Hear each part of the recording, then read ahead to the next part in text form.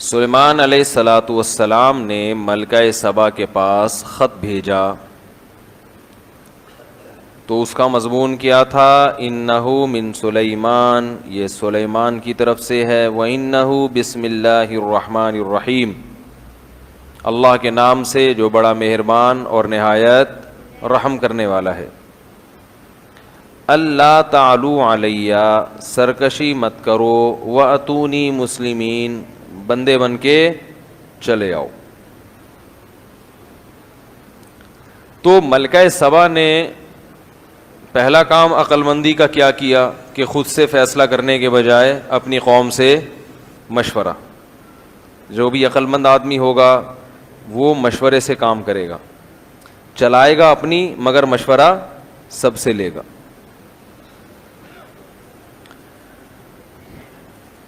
مشورہ ہوا تو وہ بھی بڑے سمجھدار لوگ تھے، انہوں نے کہا نحن اولو قوہ و اولو باس شدید، ہم کوئی کمزور لوگ نہیں ہیں کہ کوئی بھی ہمیں کہ بندے بن کے چلے جاؤ تو ہم اٹھ کے چلے جائیں۔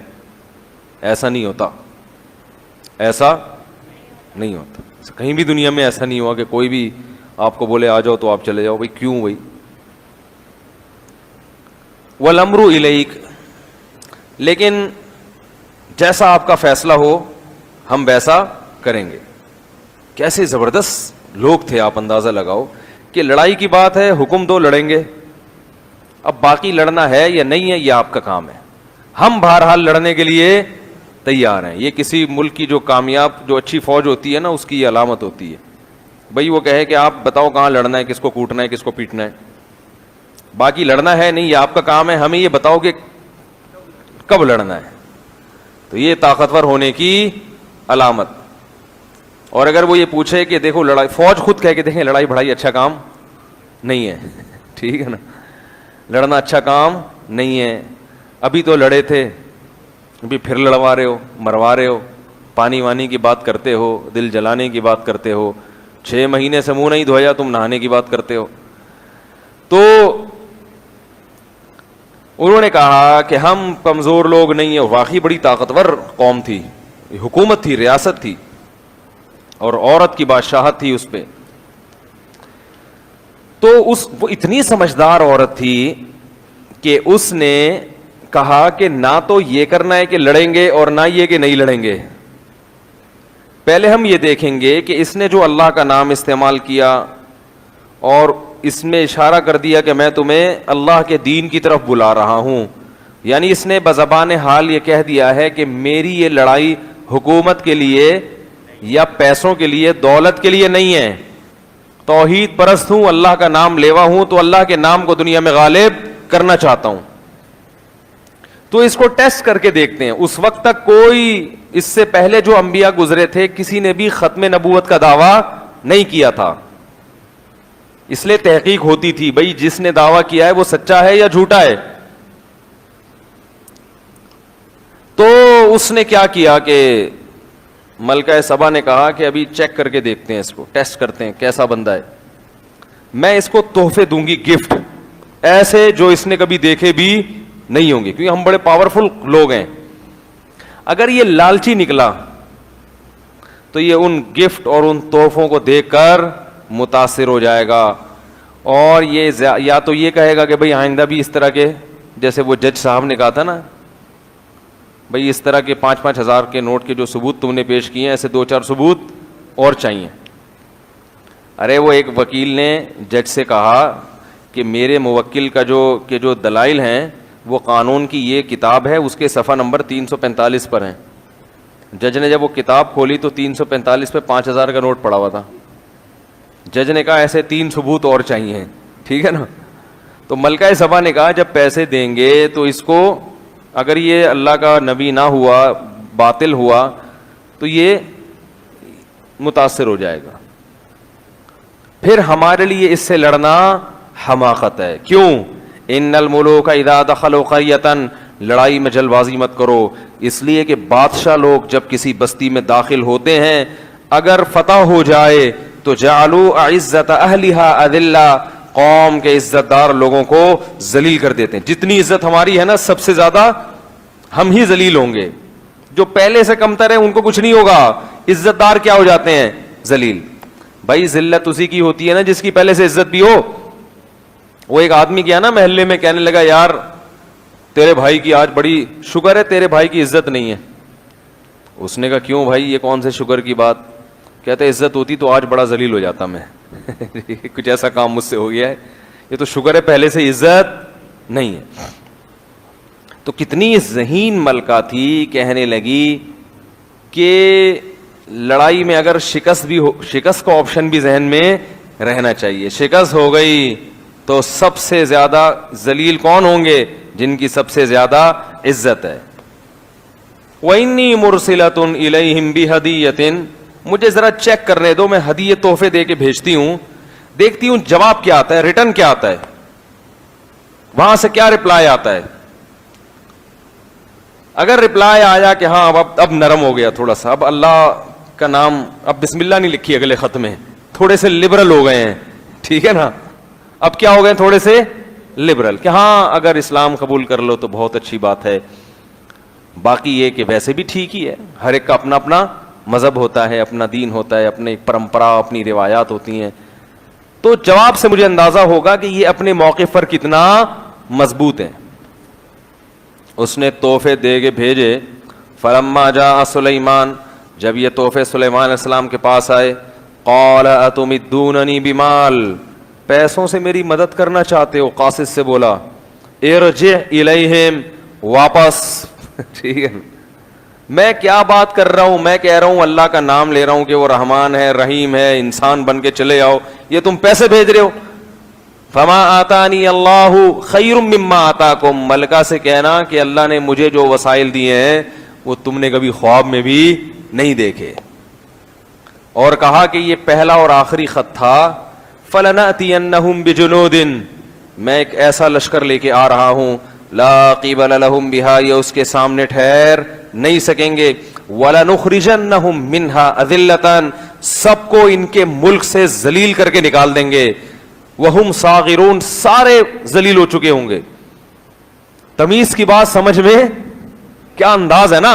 تو جب پاور ہو تو پھر اس انداز سے بات کرتا ہوا انسان اچھا لگتا ہے. فی الحال جیسے ہیں اسی طرح چل کہ آپ یہ لوگ جوش میں آتے ہیں, بولتے ہیں ابے یار ہم بھی جا رہے ہیں, ابھی دیکھو میں, تو وہ یہ حضرت سلیمان علیہ السلام کا انداز تھا. یہ ہر ایک پہ سوٹ بولو بھائی نہیں کرتا. اصل اسٹائل تو یہی ہے, لیکن اس کے لیے پیسے بھی جیب میں ہونے چاہیے, وسائل بھی ہونے چاہیے. تو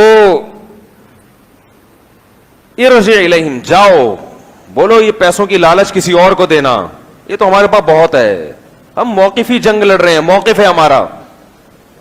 اب سلیمان علیہ السلام کو ہدہد نے بتا دیا, یا اللہ نے بتا دیا کہ ملکہ سبا تحقیق کرنے کے لیے اپنے لشکر کے ساتھ سلیمان علیہ السلام سے ملاقات کرنے کے لیے آ رہی ہے, کہ بھئی چلیں جا کے بات چیت کرتے ہیں, کیا مسئلہ ہے بھائی, کیوں دھمکی دے رہے ہو, کیوں جنگ, ہم نے کوئی نہ ہم چھڑتے ہیں نہ کسی کو ہم چھیڑتے ہیں, اپنے ملک میں آرام سے بیٹھے ہوئے ہیں, خام میں آپ کو کیا. تو جا کے حال احوال پوچھنے کے لیے, تحقیق احوال کے لیے ملکہ سبا نے کہا چلو بھائی اس سے پہلے کہ کوئی لشکر آئے. اب کیونکہ تحقیق کے لیے آ گئی نا, تو اب سلیمان علیہ السلام نے کہا اس کو معجزے دکھاؤ اپنے, کیونکہ بھائی جنگ کے بغیر اگر تمیز سے کوئی دین کی طرف آ جائے اور تسلیم ہو جائے تو لڑنے کی ضرورت نہیں ہے. تو وہ اپنے جاہو جلال کے ساتھ ملکہ سبا نکلی وہاں سے. وَلَهَا عَرْشٌ عَظِيمٌ, ہدہد نے پہلے بتا دیا تھا کہ اس کے پاس ایسا خاندانی تخت ہے. پہلے زمانے میں بادشاہوں کے تخت سے اندازہ ہوتا تھا کہ یہ کتنے پاورفل ہیں, ہیرے جواہرات جڑے ہوئے ہوتے تھے تخت میں, اس سے ملک کی اکنومی کا اندازہ ہوتا تھا اور بادشاہ کی طاقت کا اندازہ. بہت بڑا عالیشان تخت تھا. تو سلیمان علیہ السلام نے کہا ایکم یاتینی بعرشہا قبل ان یاتونی مسلمین, میرے دربار میں کوئی ایسا ہے جو اس کے ملکہ سبا کے یہاں پہنچنے سے پہلے, ایک ریاست سے دوسرے ملک آ رہی ہے اور اتنا دور تھا ملک کہ سلیمان علیہ السلام کو پتا تھا ہی نہیں اس کے بارے میں, تو میں چاہتا ہوں کہ اس کا تخت کوئی اس کے یہاں پہنچنے سے پہلے لے آئے, وہ دیکھ کے حیران ہو جائے گی اور میرا معجزہ دیکھ کر یقین کرے گی کہ یہ کس کے پیغمبر ہیں, اللہ کے پیغمبر ہیں. کیونکہ ایسا تو ممکن نہیں تھا نا تخت اٹھا کے لانا. قرآن کہتا ہے قال عفریت من الجن, ایک بڑے طاقتور جن نے کہا انا آتیک بہ, میں لے آؤں گا. کب لے کر آؤ گے بھائی؟ قبل ان تقوم من مقامک, آپ کی مجلس برخاست ہونے سے پہلے پہلے میں یہ تخت لے آؤں گا. بڑا پاورفل قسم کا خاندانی جن ہوگا جو اتنا بڑا تخت اٹھا کے لے آئے گا. یہ جو روحانی عاملوں کے پاس جنات ہوتے ہیں یہ جھوٹی موٹی کے ہوتے ہیں, یہ سچی مچی کے نہیں ہوتے, کیونکہ اتنے بڑے جن کو قابو کرنا یہ کوئی ایسا نہیں ہے کہ جیب میں آ جائے اور شاپر میں ڈال کے آپ لے کے جا رہے ہیں اس کو, یہ خود اس عامل کو اٹھا کے لے جائے گا. تو یہ اللہ تعالیٰ نے جنات کو سلیمان علیہ السلام کے تابع بنا دیا تھا. تو کون ہے جو لے کر آئے گا تخت؟ اس جن نے کہا میں لے کر آؤں گا. اور اتنی آپ تو کہہ رہے ہیں ملکہ کے یہاں پہنچنے سے پہلے, مجلس برخاست ہونے سے پہلے حاضر. قال الذی عندہ علم من الکتاب, وہاں ایک بزرگ بیٹھے ہوئے تھے جن کے پاس زبور کا علم تھا, اللہ والے تھے, ان کے ہاتھ پہ اللہ کرامت ظاہر کرنا چاہتے تھے. انہوں نے کہا انا آتی کا بھی, میں لے کے آؤں گا, قبل ان یرتد الیک طرفک, آپ کی پلک جھپکنے سے پہلے. اس کو کیا کہتے ہیں؟ کرامت. یہ تو شکر ہے اس زمانے میں وہ فتنہ پرست لوگ نہیں تھے, ورنہ وہ بھی کلپ بنا کے کہ یہ تو میڈیکلی ممکن ہے ہی نہیں, یہ تو قصے سنا سنا کے قوم کو الو بنا رہے ہیں. تو قصے بھی ہوتے ہیں اہل اللہ کے ساتھ ہی ہوتے ہیں, اور یہ نبی کے دور کے بعد بھی ہوتے رہے ہیں. یہ اس لیے کہہ رہا ہوں کہ ہر قصے کا قرآن و حدیث میں ہونا ضروری نہیں ہے. جو واقعات نبی کے دور کے بعد جو کرامتیں ہوئی ہیں وہ قرآن حدیث میں تھوڑی ہوں گی. کیا خیال ہے بھائی؟ وہ تو مشاہدے پر مبنی ہوں گی. مشاہدہ کرنے والا قابل اعتماد ہے تو اس واقعے کو بیان بھی کیا جا سکتا ہے. مشاہدہ کرنے والا ایک نمبر کا چھوڑو ہے تو وہ واقعہ بھی کیا ہوگا؟ غیر مستند. تو سب کچھ ہو سکتا ہے دنیا میں, لیکن یہ اللہ کرتا ہے, یہ بزرگ نہیں کر سکتے. تو ان بزرگ کو اللہ کی طرف سے الہام ہوا کہ آپ ارادہ کر لو میں حاضر کر دوں گا. تو ان بزرگ کو الہام ہوا, انہوں نے سلیمان علیہ السلام سے کہا کہ حضرت یہ جن ہے, یہ کہہ رہے کہ میں اٹھا کے لاؤں گا آپ کی مجلس برخاست ہونے سے پہلے, میں آپ کی پلکیں نیچے آ کر اوپر جانے سے پہلے لے آؤں گا. اب ظاہر ہے جب یہ کہا تو حاضر, کیونکہ پلک تو جھپک لی نا. اگر وہ سلیمان علیہ السلام کے جواب کا انتظار کرتا تو 2-4 دفعہ پلکیں تو جھپک چکے ہوتے. اس نے کہا, انہوں نے کہا کہ میں پلک جھپکنے سے پہلے تخت لے آؤں گا. یہ کہا اور تخت حاضر. اس سے بھی پتہ چل گیا میرے بھائی, یہ جو کرامتیں بیان ہوتی ہیں اس میں یہ احمقانہ اور جاہلانہ اعتراض ہے کہ صحابہ سے تو ہوا نہیں, تمہارے بزرگ سے کیسے ہو گیا. یہ وہ لوگ ہیں جو بالکل کورے جاہل, جن کا کام صرف لوگوں میں بیٹھ کے فتنہ پھیلانا, علم کے علاوہ دنیا میں ان کے پاس سب کچھ ہے. یہ پلمبر بنتے, انجینئر بنتے, لوگوں کے پنکھے ٹھیک کرتے, نل کے ٹھیک کرتے, بہت اچھا کر سکتے تھے. انہوں نے وہ کرنے کا کام چھوڑ کے لوگوں میں کیا پھیلا دیا؟ فتنہ پھیلا دیا. سمجھ رہے بات کو؟ تو ادھر کہا اور تخت کیا ہو گیا؟ حاضر. جیسے ہی تخت حاضر ہوا تو سلیمان علیہ السلام کہہ رہے ہیں ھذا من فضل ربی. اچھا دیکھو, یہ حضرت سلیمان سے یہ نہیں ہوئی. یہ بھی کوئی کہہ سکتا ہے کہ وہ کیا بزرگ سے ہو گئی, سلیمان علیہ السلام تو لا نہیں سکے. تو بھائی کرامت کسی سے بھی ہو سکتی ہے, ضروری نہیں. عیسائی یہ اعتراض کرتے ہیں کہ عیسیٰ علیہ السلام مردوں کو زندہ کرتے تھے, محمد صلی اللہ علیہ وسلم تو نہیں کرتے تھے. تم کیسے کہتے ہو کہ محمد صلی اللہ علیہ وسلم حضرت عیسیٰ سے افضل تھے؟ ہم کہتے ہیں بھائی کسی پیغمبر کے ہاتھ پہ کوئی معجزہ ظاہر ہو گیا تو یہ اس کی علامت نہیں ہے کہ وہ پیغمبر ان پیغمبر سے افضل ہیں جن کے ہاتھ پہ وہ معجزہ ظاہر نہیں ہوا. تو جیسے ایک کم درجے کے پیغمبر کے ہاتھ پہ ایک معجزہ ہو سکتا ہے, اس سے بڑے درجے کے پیغمبر پہ نہیں ہو سکتا.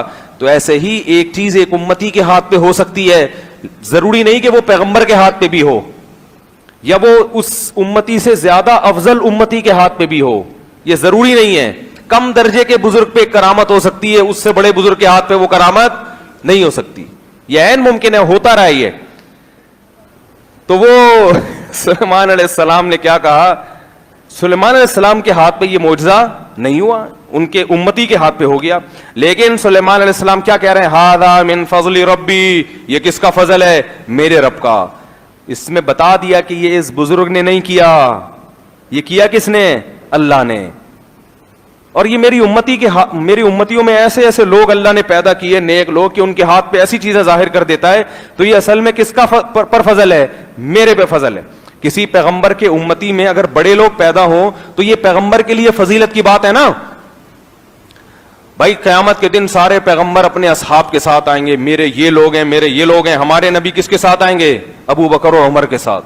تو سب سے زیادہ فخر اپنے ساتھیوں پر کس کو ہوگا؟ محمد صلی اللہ علیہ وسلم کو ہوگا کہ تمہارے ساتھ ایسے تھے تو میرے ساتھ یہ لوگ ہیں, یہ وفادار لوگ. تو اللہ حضرت سلیمان نے کیا کہا؟ ھذا من فضل ربی, یہ میرے رب کا مجھ پہ فضل ہے. لیبلونی, اللہ اصل میں مجھے آزمانا چاہتا ہے. اشکر ام اکفر, کہ میں شکر کرتا ہوں یا ناشکری. کیونکہ انسان چوڑے میں بہت جلدی آتا ہے. تھوڑی دو چار کرامتیں ہو گئیں, لوگوں کو بتاتا پھرے گا, دیکھا میں کتنا بڑا بزرگ ہوں. ہوتا ہے نا, معجزہ ظاہر ہو گیا, کرامت ہو گئی, دیکھا اب پتہ چل گیا. تو دو چار لوگوں کو میرے بارے میں بڑے اچھے خواب آئے نا, تو انہوں نے مجھے کہا آپ بتاتے کیوں نہیں؟ میں نے کہا بھائی اگر کسی کو برا خواب آ گیا اللہ نہ کرے میرے بارے میں, وہ تو میں کبھی نہیں بتاؤں گا, تو اچھا کیوں بتاؤں؟ یہ تو پھر خیانت ہو جائے گی نا. ہم لوگ کیا کر رہے ہوتے ہیں؟ اچھے اچھے آ رہے ہوتے ہیں, بتا رہے ہوتے ہیں, گندے گندے چھپا رہے ہوتے ہیں. تو یہ فنڈر گیری ہو جائے گی نا. کیا خیال ہے؟ اللہ نہ کرے ہم سب کو اللہ برے خوابوں سے بچائے اور برے خوابوں کے شر سے بھی بچائے اللہ تعالیٰ. تو اعمال کو دیکھو بھائی, اعمال کیسے جا رہے ہیں. تو سلیمان علیہ السلام نے کہا اللہ مجھے آزمانا چاہتا ہے کہ میں شکر کرتا ہوں یا ناشکری. ہر نعمت پہ شکر کرنا چاہیے, تکبر نہیں. پیسہ ملا تو بھی, عزت ملی تو بھی, صحت ملی تو بھی شکر. شکر گزار کی علامت کیا ہوتی ہے؟ اس میں تواضع, عاجزی پیدا ہوتی ہے. اور ناشکری میں کیا پیدا ہوتا ہے؟ تکبر اور فخر, توہین. تیرے پاس ہے کیا؟ تیرے پاس دھیلا نہیں ہے, باتیں ایسی کرتا ہے, سب ہم نے محنت سے کمایا ہے. اس قسم کی اس کی زبان اور ٹون اس طرح کی چینج ہو جاتی ہے. اور آگے سلیمان علیہ السلام نے کہا ومن شکرا, جس نے شکر ادا کیا, فإنما یشکر لنفسی, اپنا ہی فائدہ ہوگا. ومن کفرا, اور جو ناشکری کر کے شو بازی پہ آ جائے گا, میں یوں فإن ربی غنی کریم, تو میرا رب غنی ہے, اسے کسی کی پرواہ نہیں ہے. اب جب تخت آ گیا تو سلیمان علیہ السلام نے کہا کہ ملکہ سبا آئے گی, بالکل وہی تخت دیکھے گی تو فوراً پہچان جائے گی, ہم تھوڑا سا اس کو سرپرائز دینا چاہتے ہیں. یہ طریقہ ہوتا ہے نا کہ بھئی تھوڑا سا اس کو کیا کریں ہم, ورنہ ایک دم سے نہیں, تھوڑا سا اس کو غور کرنے کا موقع ملے. کنفیوز ہو کے تقریباً ویسا ہی ہے, تو تقریباً ویسا انہوں نے بنا کیسے لیا؟ بھائی میپ تو تھا نہیں ان کے پاس, کوئی واٹس ایپ تو تھا نہیں کہ کسی نے ان کو تصویر لے کے بھیج دیو, تو بالکل, اور اتنے اربوں خربوں کی مالیت اس پہ لگی ہے, ان کے پاس اتنا پیسہ کہاں سے آ گیا؟ اور پھر بالکل ویسا بنا کیسے لیا انہوں نے؟ یہ 10 قسم کے سوالات ہوں گے نا اس کے ذہن میں کہ ہے تو بالکل ویسا ہی, لیکن یہ ہو کیسے سکتا ہے کہ وہاں سے یہاں اٹھا کے لے آؤ؟ کوئی جہاز وہاز تو اس زمانے میں ہوتے نہیں تھے, بحری جہاز ہوتے تھے, مگر اس میں بھی تو بہت ٹائم لگے گا نا. تو قال نکروا لها عرشها, حضرت سلیمان نے کہا تھوڑی سی چینجنگ کر دو, ایک کوئی ہیرے کوئی یہاں سے اٹھا کے تھوڑا وہاں لگا دیا, تھوڑا یہاں دائیں بائیں تھوڑا سا کر دو, تھوڑی سی, زیادہ نہیں. ننظر, ہم دیکھنا چاہتے ہیں, اتہتدی, پہچان جاتی ہے, یا کبھی بھی پہچاننے سے, ہمیشہ پہچاننے سے کیا رہتی ہے؟ قاصر. ابھی ہم دیکھتے ہیں. فلما جاءت, جب وہ آئی ہے, قیل, کہا, قیل اہکذا عرشک, پوچھا گیا اس سے بھائی تیرا تخت بھی کچھ ایسا ہی تو نہیں ہے؟ کہنے لگی کأنہ ہو, مجھے تو لگ رہا ہے یہ بالکل وہی ہے. لیکن اس نے یہ کہا نہیں کہ یہ وہ ہے, کیونکہ وہ کہتی کہ یہ ایسے ہو ہی نہیں سکتا کہ وہاں سے وہاں اٹھا کے آ جائے, بھائی یہ تو پاسبل ہے ہی نہیں. کأنہ ہو وأوتینا العلم من قبلها وکنا مسلمین, اور کہنے لگی ہمیں آپ کے بارے میں پہلے سے نالج ہے کہ آپ بھی بڑے, اللہ نے آپ کے پاس بڑے بڑے انجینئر پیدا کیے اور بڑے وسائل دیے ہیں, تو عین ممکن ہے اسی جیسا تخت آپ نے بنا لیا ہو. ہمیں پتا ہے پہلے سے آپ کے بارے میں اطلاعات ملتی رہی, تحقیق تو اس نے اور بھی کی ہوگی نا, اطلاعات پہنچ چکی تھی کہ بھائی بڑے بڑے انجینئر ہیں ان کے پاس, بہت کچھ ہے, تو بنا لیا ہوگا, ممکن ہے اسی جیسا بنا لیا ہو. لیکن کنفیوز رہی کہ یار یہ اسی جیسا کیسے بنا لیا. تو کأنہ ہو وأوتینا العلم من قبلها وکنا مسلمین, اور ہم تو پہلے ہی تسلیم ہو چکے ہیں آپ کی صلاحیتوں کے آگے, اپنے سر کو ہم نے جھکا لیا ہے. اللہ فرماتے ہیں وصدها ما كانت تعبد من دون اللہ. دیکھو قرآن ملکہ سبا کی تعریف کر رہا ہے کہ وہ قوم جو اللہ کے علاوہ کی عبادت کرتی تھی، اس قوم نے اس کو اللہ کی شرک اللہ کے علاوہ کی عبادت پہ مجبور کر دیا تھا. انہا کانت من قوم کافرین، کیونکہ اس کی قوم کیا تھی؟ بری. گویا اللہ ان لفظوں میں ملکہ سبا کی تعریف کر رہے ہیں کہ ماحول نے اس کو کیا کر دیا تھا؟ اتنی ذہین عورت کو غلط راستے پہ ڈال دیا. اس سے پتہ چلتا ہے کہ ماحول انسان کو بت پرستی پہ لگا دیتا ہے. ابھی ہم نے کل کلپ کوئی دیکھا پرسوں کہ بڑے بڑے پڑھے لکھے ٹائپ کے لوگ لگ رہے تھے ہمیں، واللہ عالم. وہ کیا ہے، گائے کے سامنے آ کے لیٹتے ہیں. ہندوؤں میں گائے ان کے کمر پہ اپنا پاؤں رکھتی ہے، ہٹا لیتی ہے، پھر وہ لیٹتے ہیں، پھر گائے آتی ہے، وہ سمجھتے ہیں آشیرواد لے رہے ہیں گائے کا. گائے کا کیا لے رہے ہیں؟ وہ میں نے کہا پاؤں رکھ کے کھڑی ہو گئی نا، یہ آشیرواد یہ مہنگا پڑ جائے گا. وہ گائے کو کیا پتا بھائی کیا ہو رہا ہے، وہ تو آ رہی ہے، ٹانگ رکھ رہی ہے، لوگ نیچے آ کے لیٹ رہے ہیں. تو بڑے بڑے پڑھے لکھے لوگ بے وقوف بن جاتے ہیں ماحول کی وجہ سے. اور یہ ملکہ سبا کے واقعے میں نا بڑی عجیب عبرت یہ ہے کہ قرآن میں جتنے واقعات بیان ہو رہے ہیں زیادہ تر کیا ہے؟ نبی نے سمجھایا، قوم نہیں مانی، اللہ نے تباہ کر دیا. وہ سارے مرد تھے، فرعون بھی مرد تھا، قارون بھی مرد تھا، حامان بھی مرد تھا. حدیث میں آتا ہے کہ اللہ نے عورت میں مرد کی نسبت عقل کم رکھی ہے. مرد کی نسبت عقل کیا رکھی ہے؟ کم. لیکن دوسری طرف ہم قرآن میں دیکھتے ہیں کہ جتنے حاکم مرد گزرے ہیں سب پیغمبروں کے مقابلے میں آ کے کھڑے ہوئے. لیکن یہ عورت تھی، اس نے تحقیق کی کہ میں دیکھوں کہ یہ اہل حق میں سے ہے یا اہل باطل میں سے. اس سے پتہ چلا کہ عورت میں عقل مرد سے کم ہے، مگر یہ قاعدہ کلیہ نہیں ہے. بعض عورتیں مردوں سے زیادہ ذہین ہوتی ہیں. اب آپ کی جب بیوی بیان سنے گی تو وہ کہے گی کہ ان بعض میں داخل ہوں. میں نے کہا تھا نا کہ سب عورتیں ایک جیسی نہیں ہیں. اور وہ کہے گی کہ دنیا میں جتنے مرد ہیں سب عقل مند ہوتے ہیں سوائے آپ کے. بس مجھے اللہ نے جو میاں دیا ہے وہ پتہ نہیں کیوں بیوقوف پیدا ہو گیا. تو یہ ہوگا، برداشت کریں، کوئی ایسا مسئلہ نہیں، ہم بھی برداشت کرتے ہیں. تو خیر، تو کیسا اللہ تعالیٰ نے اس کی ذہانت کو بیان کیا کہ انہا کانت من قوم کافرین، اس کو برے ماحول نے کیا کر دیا تھا؟ خراب. قیل لها ادخل الصرح فلما رأته حسبته لجة وكشفت عن ساقيها. سلیمان علیہ السلام نے ایک فرش بنایا تھا، اس میں ایسی ٹیکنالوجی استعمال کی تھی انجینئروں نے کہ وہ دیکھنے میں لگتا تھا پانی ہے. یعنی اس میں شیشے کا ایسا کام ہوا تھا کہ وہ دیکھنے میں کیا لگتا تھا؟ یہ پانی ہے. ظاہر ہے اس دور میں ایسی چیز بنا لینا کہ وہ انسان اتنا دھوکے میں پڑ جائے کہ وہ لگے کہ یہ تیرتا ہوا کیا ہے، یہ موجیں ہیں اور اس میں پانی تیر رہا ہے، حالانکہ وہ پانی نہیں تھا، وہ شیشہ تھا. فلما رأته حسبته لجا، وہ سمجھی کہ یہ پانی ہے. کشفت عن ساقیها، اپنے پائنچے اوپر کیے کہ میرے جو پائنچے ہیں وہ گیلے نہ ہو جائیں. کتنی ماڈرن عورت تھی کہ بادشاہ تھی مگر لباس اس نے پھر بھی پورا پہنا ہوا تھا. یہ وہ دور تھا جب کافر عورتیں بھی عزت اس میں سمجھتی تھیں کہ ڈریس مکمل ہونا چاہیے. انگریز نے غلط راستے پہ ڈال دیا، اس نے ماڈرنزم بنا دیا کہ جتنے کپڑے مختصر ہوں گے آپ اتنی پڑھی لکھی ہوں گی کہلائیں گی. یہ ایسا ماحول بنا دیا. پہلے یہ غیر مسلموں میں بھی نہیں ہوتا تھا، تو یہ فطرت کے خلاف ہے. تو اس نے اپنے پائنچے اوپر کیے تاکہ یہ پاؤں، یہ میرے پائنچے گیلے نہ ہو جائیں. آج ہوتا نا تو اسکرٹ پہنا ہوا ہوتا، بھی ماڈرن ہے، بڑے وہ ریاست کی وہ ہیں، تو وہ پائنچے اوپر کرنے کی ضرورت ہی نہیں ہے، بلکہ وہ ڈبکی لگاتے سوئمنگ پول میں ہے سب کے سامنے. وہ سر پر پھٹ جاتا اس کا، وہ تو شکر ہے. تو فلما رأته لجة حسب فلما کیا ہے قیل لها ادخل الصرح فلما رأته حسبته لجة وكشفت عن ساقيها قال انه صرح ممرد من قوارير. سلیمان نے علیہ السلام نے کہا کہ یہ شیشہ نہیں ہے.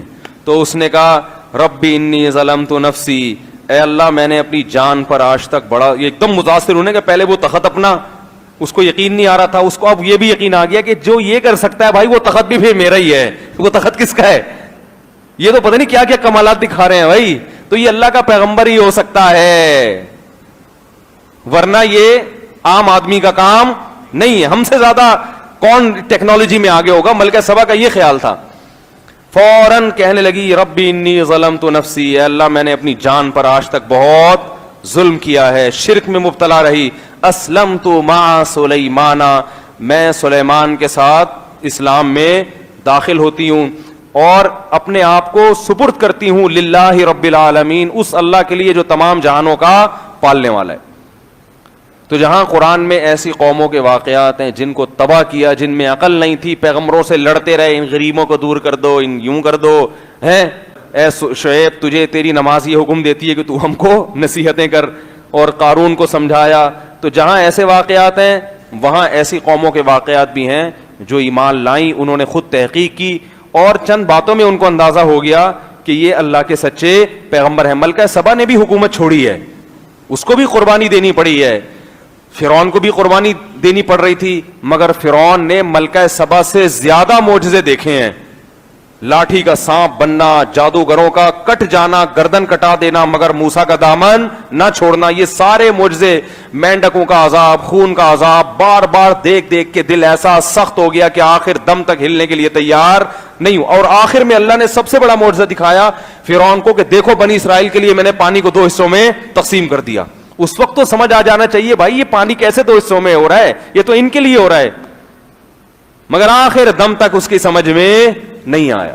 اور ملکہ سبا نے 2-4 چیزیں دیکھی ہیں، سمجھ میں آ گیا کہ یہ کس کا پیغمبر ہے؟ اللہ کا، اور اسلام قبول کیا. اب لوگ سوال ہم سے پوچھتے ہیں کہ ملکہ سبا کی حضرت سلیمان سے شادی ہوئی تھی کہ نہیں ہوئی تھی؟ تو اس کا قرآن میں کہیں تذکرہ نہیں ہے، لیکن جہاں سلیمان علیہ السلام کی 100 بیویوں کا بخاری میں ذکر ہے تو ایک ہونے میں مزید کوئی حرج؟ کیا خیال ہے؟ صحیح بخاری میں ہے کہ حضرت سلیمان علیہ السلام کی کتنی بیویاں تھیں؟ 100 بیویاں تھیں. تو میرا خیال ہے 101 ہو گئی ہوں گی ملکہ سبا کے بعد، اور نہیں بھی ہوئی ہوں گی تو ہمیں نہیں پتا کیا ہوا اس کا. کوئی ایسا ہمارے پاس وسائل اور ذرائع ہیں نہیں کہ ہم کال کر کے معلوم کر لیں. تو یہ عبرت کا ایک واقعہ ہے جو اللہ نے قرآن مجید میں بیان کیا. اس سے ہمیں کیا سبق ملتا ہے؟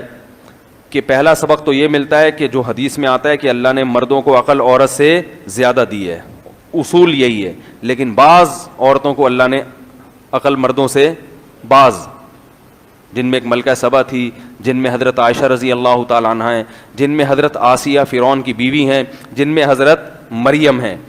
تو اس طرح کی اور بھی تاریخ میں کچھ خواتین گزری ہیں. اور دوسرا ہمیں سبق یہ ملتا ہے، یہ میں اس لیے کہہ رہا ہوں کہ بیوی کی ہر بات کو الٹا سمجھ کے مسترد نہیں کر دینا چاہیے انسان. کبھی کبھار وہ عقل کی بات بھی کر رہی ہوتی ہے. لوگ تانا دیا تجھے کیا ہے، تو مجھے سمجھائے گی، ہیں تو مجھے بتائے گی میں نے کیا کرنا ہے. نبی صلی اللہ علیہ وسلم نے ایک موقع پر صلح حدیبیہ میں نا، جب شرائط طے ہوئیں تو عمرہ کیے بغیر احرام کھولنا پڑ گیا تھا. تو آپ صلی اللہ علیہ وسلم صحابہ کو کہہ رہے تھے کہ احرام کھول دو.